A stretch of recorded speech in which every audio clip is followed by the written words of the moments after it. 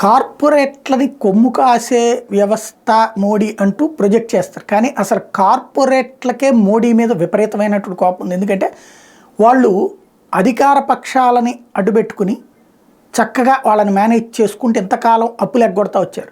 కానీ మోడీ వచ్చే కార్పొరేట్ల మెడలు వంచి డబ్బులు వసూలు చేస్తున్నాడు. ఈ అంశానికి సంబంధించి ఎక్స్పర్ట్ చాలా శాస్త్రి గారికి సంబంధించిన కథనం ఒకటి చూద్దాం. మోడీ ప్రభుత్వం తీసుకొచ్చినటువంటి ఐబీసీ చట్టానికి భయపడి అప్పులు తీసుకున్న కార్పొరేట్లు సుమారు 10 లక్షల కోట్లు డిఫాల్ట్ అమౌంట్ ఆర్థిక సంస్థలకు తిరిగి చెల్లించాయి. IBBI insolvency and bankruptcy board of India ఈ ఐబీసీ చట్టం తెచ్చిన వెంటనే అమెరికా ఆర్థికవేత్త ఎకనమిస్ట్ పేపర్ ఎడిటర్ అయిన స్టాన్లీ పిగ్నల్ 2018లో ఇదే మాట చెప్పాడు. ఇన్సాల్వెన్సీ అండ్ దివాళా కోడ్ చట్టం 7 ఏళ్ల క్రితం ప్రారంభించినప్పటి నుండి ఎన్సీఎన్టీలో పరిష్కారం కోసం దాదాపు 7,300 కేసులు నమోదు చేయబడ్డాయి.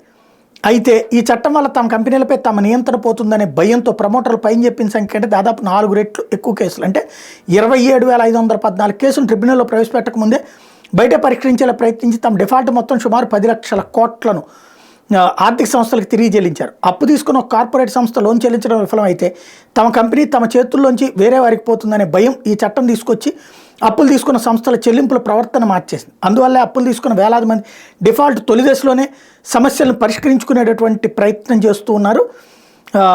ఏదైతే అప్పు తీసుకున్న ఒక కార్పొరేట్ సంస్థ లోన్ చెల్లించడం విఫలమైతే తమ కంపెనీకి సంబంధించి ఇది పోతుందన్నటువంటి దాంట్లో ప్రధానమైనటువంటిది ఏంటంటే ఈ విషయాలను డిసెంబర్ త్రైమాసికానికి సంబంధించినటువంటి సంఖ్యను విడుదల చేస్తూ ఐబీబీఐ చెప్పుకొచ్చింది.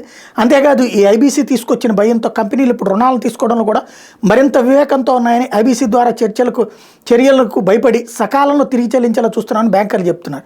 ఐబీసీ కింద ఒక కేసును అంగీకరించిన తర్వాత ఎన్సీఎల్టీ ఒక రెజల్యూషన్ ప్రొఫెషనల్ని నియమిస్తుంది. రెజల్యూషన్ దరఖాస్తుదారుని ట్రిబ్యునల్ ఆమోదించే వరకు రుణదాతల కమిటీతో కలిసి పనిచేస్తాడు. పరిష్కార ప్రక్రియ సమయంలో ప్రమోటర్లు తమ అధికారాలను కోల్పోతారు. ఈ భయం అప్పులు తీసుకున్న వాళ్ళని లోన్ డిఫాల్ట్ అయిన వెంటనే అప్పులు తీర్చేలాగా ప్రోత్సహిస్తోంది అని ఐబీబీఐ చెప్తోంది.